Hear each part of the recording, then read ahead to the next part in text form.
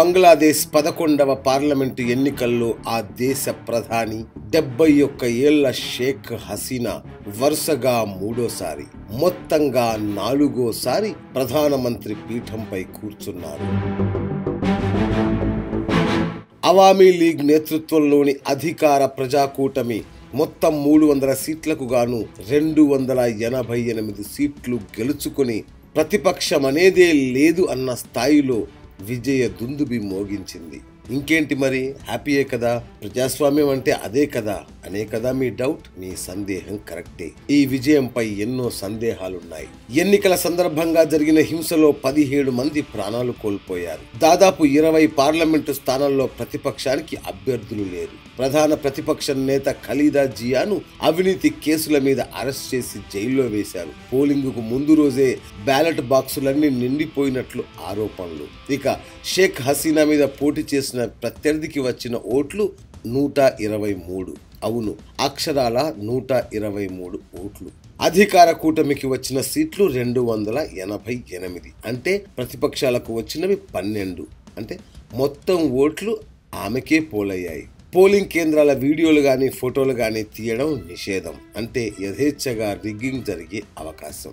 ఇంకా ముఖ్యమైన విషయం, 20 పార్టీల ప్రతిపక్ష జాతీయ ఐక్య సంఘటన గెలుచుకుంది కేవలం 12 సీట్లు. సర్వేల ప్రకారం అయితే 2 కూటములు బలంగా ఉన్నాయి, పోటీ తీవ్రంగా ఉంది కాబట్టి ఎవరైనా గెలవచ్చు అని ఎన్నికలకు ముందు సర్వేలు చెప్పాయి. కానీ ఏం జరిగింది మనం చూసాం. అయితే ఏంటి, ప్రజాస్వామ్యంలో ఇది సహజం, ప్రజల తీర్పు అలా ఉంది అని మీరు అనొచ్చు, కాదనను.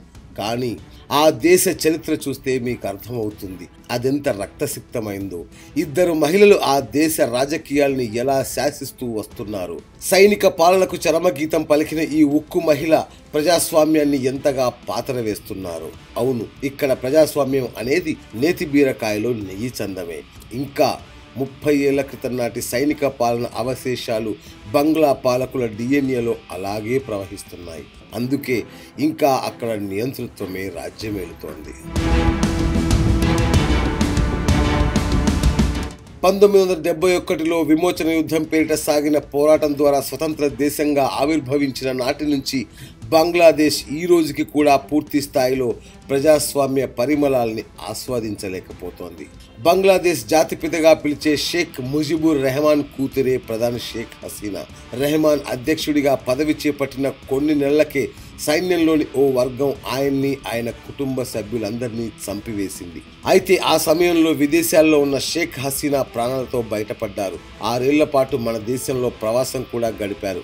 తిరిగి కొన్నాళ్లకు బంగ్లాదేశ్ చేరుకున్న హసీనా సైనిక ప్రభుత్వాలకు వ్యతిరేకంగా చేపట్టిన ఉద్యమం విజయవంతం కావడంతో జనం ఆమెనే ప్రధానిగా ఎన్నుకున్నారు. అలా ప్రజాస్వామ్యబద్ధంగా ఎన్నికైన ప్రధానిగా ఆమె చరిత్ర సృష్టించారు. అంతేకాదు ఆ తర్వాత మరో 3 సార్లు కూడా ఎన్నికై ఆ దేశపు ఉక్కు మహిళగా ప్రపంచంలోని అత్యంత శక్తివంతమైన మహిళల్లో 17వ స్థానంలో నిలిచి ప్రపంచాన్ని అబ్బురపరిచారు. అయితే ఈ విజయం ఎలాంటిది? ఆ దేశంలో ఈ రోజుకు పార్టీలు చట్టాల్ని గౌరవించవు. హింసతో చెలరేగిపోయే మతోన్మాదులు, కటిక దారిద్ర్యం, నిరుద్యోగం ఆ దేశాన్ని పట్టి పీడిస్తున్నాయి. ఇక ఏ ప్రజాస్వామ్యం కోసం తపన పడిందో ఆ ప్రజాస్వామ్యం ఇప్పుడు షేక్ హసీనాకు నచ్చడం లేదు. అసలు దేశంలో ప్రతిపక్షం అన్నదే లేకుండా చేయాలన్న సంకల్పంతో ఉన్నారు. తన ఒకప్పటి ప్రజాస్వామ్య పోరాట నేస్తం ఖలీదా జియా ఇప్పుడు బద్ధశత్రువు. అందుకే ఆమెను జైల్లో వేయించేశారు. నోరెత్తిన ప్రతి నాయకుడిని జైలు పాలు చేశారు. సరే, జైల్లో ఉన్న ఖలీదా జియా కూడా తక్కువేం తినలేదు. తాను 3 సార్లు ప్రధానిగా ఉన్న సమయంలో అవామీ లీగ్ను పూర్తిగా అణచివేసేందుకు ఎన్నో కుయుక్తులు పన్నారు. ఇప్పుడు షేక్ హసీనా అదే చేస్తున్నారు. ప్రతిపక్ష నేతలెందరినో ఉరికంబం ఎక్కించారు హసీనా. ఇస్లామిక్ తీవ్రవాద సంస్థ హిఫాజతుల్ ఇస్లాంను హసీనా తనకు అనుగుణంగా వాడుకుంటున్నారు.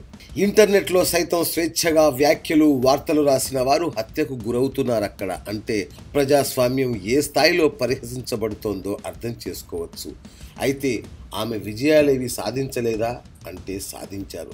బలహీన ఆర్థిక వ్యవస్థగా పేరున్న బంగ్లాను అభివృద్ధి పదంలో పరుగులు పెట్టించారు. వస్త్ర వ్యాపారంలో ఇప్పుడు ఆ దేశం ప్రపంచంలోనే ప్రముఖ స్థానాన్ని ఆక్రమించింది అంటే అది ఆమె చేపట్టిన సంస్కరణల ఫలితమే. చైనా తర్వాత అత్యధిక జనాభాకు ఉపాధిని కల్పిస్తున్న దేశంగా కూడా బంగ్లాదేశ్ ఇప్పుడు రికార్డు సృష్టిస్తోంది. అంతెందుకు ఐక్యరాజ్య సమితి సైతం ఆ దేశాన్ని ఇప్పుడు వర్ధమాన దేశంగా గుర్తిస్తోంది. 10 ఏళ్లుగా ఆ దేశం దాదాపు 7% వృద్ధి రేటుతో దూసుకుపోతోంది. 16 కోట్ల మంది ప్రజలకు ఆహార భద్రత కల్పించిన ఘనత కూడా హసీనాదే. 10 ఏళ్లలో 45 లక్షల మందికి ఉపాధి కల్పించడం మరో రికార్డ్. 2021 నాటికి బంగ్లాదేశ్ మధ్య ఆదాయ దేశంగా ఆవిర్భవించబోతోంది. ఇంతవరకు అంతా బాగానే ఉంది. షేక్ హసీనా విజయాన్ని ప్రధాని మోడీ ప్రశంసించారు. ఆ దేశంలో జరుగుతున్న అభివృద్ధి పనులకు భారత్ మద్దతు ఉంటుందని చెప్పారు. ఎందుకంటే మనకు బంగ్లాదేశ్ సహజ మిత్రురాలు. బంగ్లాదేశ్ విముక్తి పోరాటం, ఆ తర్వాత ఆమెకు కష్టాల్లో అండగా నిలబడిన భారత్తో ఆ దేశం, ముఖ్యంగా షేక్ హసీనా స్నేహంగా ఉంటారు. అంతేకాదు ఆ దేశానికి భారత్ అతిపెద్ద వ్యాపార భాగస్వామి. వారు దిగుమతి చేసుకునే దేశాల్లో మనది 2వ స్థానం. ఇక మరో ముఖ్య విషయం, ఈ 2 దేశాల మధ్య 4000 కిలోమీటర్ల సరిహద్దు ఉంది. అందుకే మనకు బంగ్లాదేశ్ ఎటు చూసినా కీలక మిత్రదేశమే. వచ్చిన చిక్కల్లా ఒక్కటే, అక్కడ ఇప్పటికీ ప్రజాస్వామ్యం నామమాత్రమే. 2014 ఎన్నికల్ని ప్రతిపక్షం పూర్తిగా బహిష్కరించడంతో అవామీ లీగ్ సునాయాసంగా ప్రభుత్వాన్ని నిలబెట్టుకుంది. అప్పటి ఎన్నికల్లో పోలింగ్ శాతం దేశవ్యాప్తంగా 38% జరిగినట్లు అధికారిక లెక్కలు. అసలు విషయం మాత్రం 22% అంటే ఆలోచించండి అక్కడ ప్రజాస్వామ్యం ఎంతలా పరిడవిల్లుతోందో.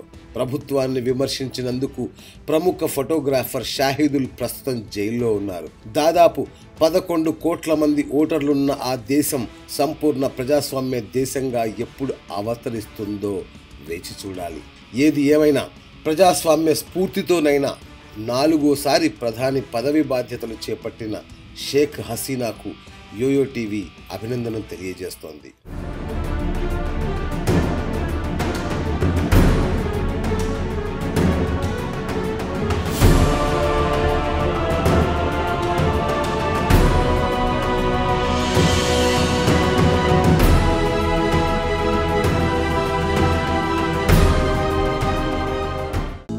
హలో, మిమ్మల్నే. యోయో టీవీ యాప్ డౌన్లోడ్ చేసుకున్నారా? ఇంకా లేదా? మీ యాప్ స్టోర్కి వెళ్ళి వెంటనే డౌన్లోడ్ చేసుకోండి.